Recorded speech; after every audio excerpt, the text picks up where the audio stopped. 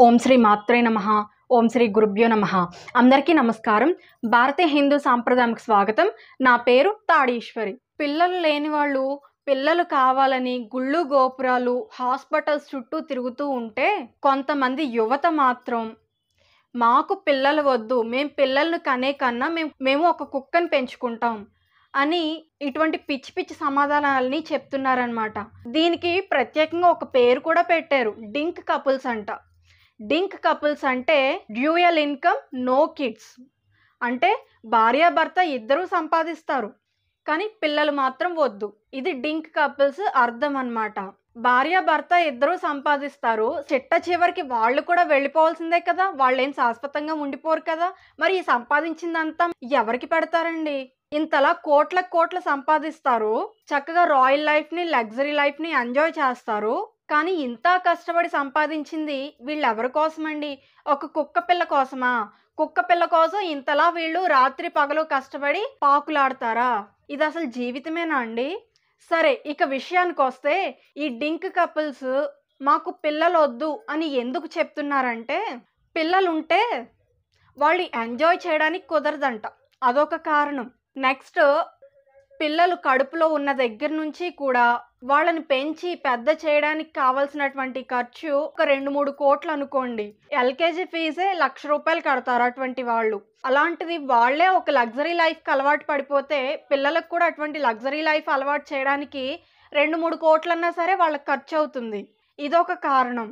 అలాగే వాళ్ళు చెప్తున్న ఇంకొక కారణం ఏంటంటే, జనాభాను తగ్గించే ఉద్దేశంలో ఉన్నారంట వాళ్ళు. ఇప్పటికే మన దేశ జనాభా చైనాను దాటిపోయింది కాబట్టి ఈ జనాభాను మేము తగ్గించే ప్రయత్నంలో ఉన్నాం, అందుకే మేము పిల్లలు వద్దనుకుంటున్నాం అని చెప్పే ఇంకో కారణం ఇదన్నమాట. ఇంకో కారణం ఏమని చెప్తున్నారంటే, మీరు పిల్లల్ని కనేదానికన్నా ఎన్నో అనాథాశరణాలయాలు ఉన్నాయి కదా, అక్కడ నుంచి వెళ్ళి పిల్లల్ని దత్తత తీసుకొని పెంచుకోవచ్చు కదా పిల్లలు లేని వాళ్ళు అని చెప్పేటటువంటి కారణం ఇంకొక కారణం. కాబట్టి ఈ కారణాల వల్ల కొంతమంది యువత పిల్లలు వద్దనుకుంటున్నారనమాట. ఇవి డింక్ కపుల్స్ చెప్పేటటువంటి కారణాలన్నమాట. సరే, ఈ డింక్ కపుల్స్ చెప్పే కారణాలన్నీ కూడా ఒక పక్కన మనం పెడితే కాసేపు, అసలు మనం పిల్లల్ని ఎందుకు కనాలో తెలుసుకుంటే పిల్లల్ని ఎవ్వరూ వద్దనుకోరు. నాకు మా అమ్మ నాన్న నాకు శరీరాన్ని ఇవ్వకపోయి ఉంటే నేను ఈరోజు ఇక్కడ ఉండేదాన్ని కాదు. వాళ్ళు నాకు ఈ శరీరాన్ని ఇచ్చారు కాబట్టే నేను ఎన్నో సాధించాలని నేను లక్ష్యాలు పెట్టుకున్నాను. ప్రతి మనిషికినండి కర్మఫలం అనేటటువంటిది ఒకటి ఉంటుంది. అంటే పూర్వ జన్మల్లో మనం ఏవేవో కర్మలు, మనం ఎన్నో తప్పులు చేసుకుని పాపాన్ని మూటకట్టుకుని ఉంటామే, ఆ పాపాన్ని అనుభవించడానికి మనకు మన శరీరం లేదనుకోండి, అప్పుడు మనకి విముక్తి దొరకక అలా గాల్లోనే తిరుగుతూ ఉంటాం అన్నమాట. అలా గాల్లో తిరిగినప్పుడు మనకి ఎప్పటికీ విముక్తి అనేది రాదు. కాబట్టి మనకి మన తల్లిదండ్రులు మనకి ఎలా అయితే శరీరాన్ని ఇచ్చారో, అలాగే మనం కూడా ఇంకొక జీవికి శరీరాన్ని ఇచ్చి మన తల్లిదండ్రుల యొక్క రుణాన్ని మనం తీర్చుకోవాలి. ఇక్కడ మన తల్లిదండ్రుల రుణం ఎలా ముడిపడిపోయి ఉంటుంది అని అడిగితే కనుక, మన వంశవృక్షం మనతో ఆగిపోకుండా అలా ముందుకు వెళ్తూనే ఉండాలి. ఇలా ఎందుకంటే, మనకి మన తల్లిదండ్రులు మనకి శరీరాన్ని ఇచ్చారు, మన పిల్లలకి మనం శరీరాన్ని ఇస్తాం. అప్పుడు ఏమవుతుందంటే, పైలోకాల్లో ఉన్నటువంటి పితృదేవతలు నా వంశం మరలా ముందుకు వెళ్తుంది అని చెప్పి వాళ్ళు అక్కడ ఆనందిస్తారంట. వంశం ముందుకు వెళ్తుంది అంటే అర్థం ఏంటి? పితృకార్యాలు చేయడానికి మరలా ఒక మనిషి ఉన్నాడు అని అర్థం అన్నమాట.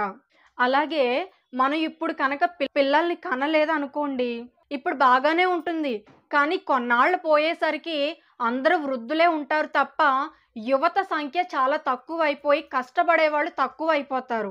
అలా యువత సంఖ్య ఎప్పుడైతే తక్కువైపోయిందో అప్పుడు దేశం ప్రమాదంలో ఉన్నట్లే కదా.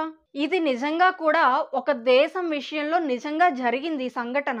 కాబట్టి ఇప్పుడు ఆ దేశం వాళ్ళు మీరు ఖచ్చితంగా పిల్లల్ని కనే తీరాలి అని చెప్పి అక్కడ కండిషన్స్ పెడుతున్నారు. అలాగే ఇంకొంతమంది చెప్పే కారణం ఏంటంటే, మనం పిల్లల్ని కనడంలో ఒక స్వార్థం ఉంది. మనం ముసలివాళ్ళం అయిపోయిన తర్వాత ఆ పిల్లలతో మనం సేవలు చేయించుకోవడానికి మాత్రమే మనం పిల్లల్ని కంటున్నాం. ఇది ఒక రకంగా స్వార్థపూరితమైనటువంటి ఆలోచనే కదా అని ఇంకొంతమంది ప్రశ్నిస్తున్నారు. ఒక రకంగా చెప్పాలంటేనండి, మనకి మన తల్లిదండ్రులు శరీరాన్ని ఇచ్చారు కాబట్టే మనమంటే ఏంటో ప్రపంచానికి తెలుస్తుంది. మనకి మన తల్లిదండ్రులు శరీరాన్నే ఇవ్వకపోయుంటే మనం ఎవరమో కూడా ఎవరికీ తెలిసేది కాదు. మనం ఎలా ప్రపంచానికైతే తెలుస్తున్నామో, అలాగే ఇంకొక జీవిని ఈ భూమి మీదకి తీసుకొని వచ్చి వాళ్ళకి మనం జీవించడం అంటే ఏంటో నేర్పించాలి. పశువుల పని పశువులు చేస్తున్నాయి. పశువులు కూడా మేము పిల్లల్ని కనమని అనుకుంటే ఎక్కడ సృష్టి అక్కడే ఆగిపోతుంది కదండీ! సృష్టి ఏమైనా ఉంటుందా? పశువుల పని పశువులు చేస్తున్నాయి. పక్షుల పని పక్షులు చేస్తున్నాయి. చెట్ల పని చెట్లు చేస్తున్నాయి. ప్రకృతి పని ప్రకృతి చేస్తుంది. అటువంటప్పుడు మనిషి పని మనిషి ఎందుకు చేయడు చెప్పండి? ఇది ఒక రకంగా ప్రకృతిని ఆపేసినట్లు అవ్వదా? మేము పిల్లల్ని కనం అని యువత మొత్తం ఒక లక్ష్యంగా పెట్టుకొని పిల్లల్ని కనడం మానేస్తే నిజానికి మన దేశం చాలా దౌర్భాగ్య పరిస్థితికి వచ్చేస్తది కొంతకాలానికి. కాబట్టి ఇటువంటి పిచ్చి పిచ్చి పనులన్నీ పక్కన పెట్టి ఎంతసేపు లగ్జరీ లైఫ్ కోసమే కాకుండా మనిషిగా మనం చేయాల్సినటువంటి కర్తవ్యాలేంటో అవి ఆలోచించండి. అలాగే పిల్లలకి కోట్లలో ఖర్చు పెట్టాలంట. కుక్కకి వేలల్లో ఖర్చు పెడితే సరిపోతుందంట. ఇది ఒక దంపతులు చెప్పినటువంటి మాటన్నమాట. ఏవండీ! మన అవసరాలన్నిటిని తీర్చేది మనుషులు కానీ, పశువులు కాదు కదా! మీకు లక్షలు, కోట్లలో చదివించేటటువంటి స్తోమత లేకపోతే, మీ స్తోమత ఎంతో అంతలోనే చదివించండి. మన సంపాదనకు మించినటువంటి ఐశ్వర్యంతో బ్రతకడం అంత అవసరమా? అంత కష్టాల్లో బ్రతకడం అంత అవసరమా? మన సంపాదన ఎంతో, మన స్తోమత ఎంతో, మనకు తగినట్లుగా కూడా మనకి ఈ ప్రపంచంలో ఫెసిలిటీస్ అయితే ఉన్నాయి కదా! నిజమే. ఒక స్కూల్లో ఎల్‌కేజీకి రూ. 1,00,000 తీసుకుంటే, ఇంకొక స్కూల్లో ఎల్‌కేజీకి రూ. 1,000 తీసుకుంటున్నారు. అటువంటి చిన్న చిన్న స్కూల్స్ కూడా ఉన్నాయి కదా! మనకి తృప్తిగా బ్రతికే మనసు ఉండాలే కానీ, మనం ఎంత సంపాదించినా కూడా మన పిల్లల్ని మనం పెంచుకోగలం. అలా అయితే కూలి పని చేసుకునేటటువంటి వాళ్ళు, డైలీ కష్టం చేసుకొని బ్రతుకుతున్నటువంటి వాళ్ళు ఎంతమంది లేరు? ఎంతమంది వాళ్ళ పిల్లల్ని పెంచి పోషించట్లేదు చెప్పండి? ఇంకా మీరు భార్యాభర్త ఇద్దరూ కలిపి సంపాదించి, కోట్లలో సంపాదించి, మేము పిల్లల్ని పెంచలేం అని చెప్పడం అది ఎంతవరకు కరెక్ట్ చెప్పండి? కాబట్టి ఇక నుంచన్నా సరే మీ తప్పుడు ఆలోచనలను మానుకొని, మన దేశ భవిష్యత్తుకు మనం ఏ విధంగా ఉపయోగపడగలమో అది ఆలోచించండి. పిల్లలుంటే ఎటువంటి లాభాలుంటాయి? పిల్లలు లేకపోతే వచ్చేటటువంటి నష్టాలేంటి? ఒక్కసారి మీకు మీరే ఆలోచించుకోండి. కాబట్టి ఈ డింక్ కపుల్స్ అన్నటువంటి మాటను పక్కన పెట్టి, మనం ఇంకొక జీవికి ఎలా ప్రాణం పోసి మన తల్లిదండ్రుల రుణాన్ని మనం ఎలా తీర్చుకోవాలో అది ఆలోచించండి. సరేనా అండి? ఈ వీడియో కనుక మీకు నచ్చినట్లయితే తప్పకుండా లైక్ చేసి, షేర్ చేసి, సబ్స్క్రైబ్ చేసుకోండి. మరిన్ని ఇంట్రెస్టింగ్ వీడియోస్ కోసం మన ఛానల్‌ను సబ్స్క్రైబ్ చేయండి. మనం మరలా మరొక మంచి వీడియోతో కలుద్దాం. అంతవరకు సెలవు. సర్వం శ్రీ ఈశ్వరార్పణమస్తు.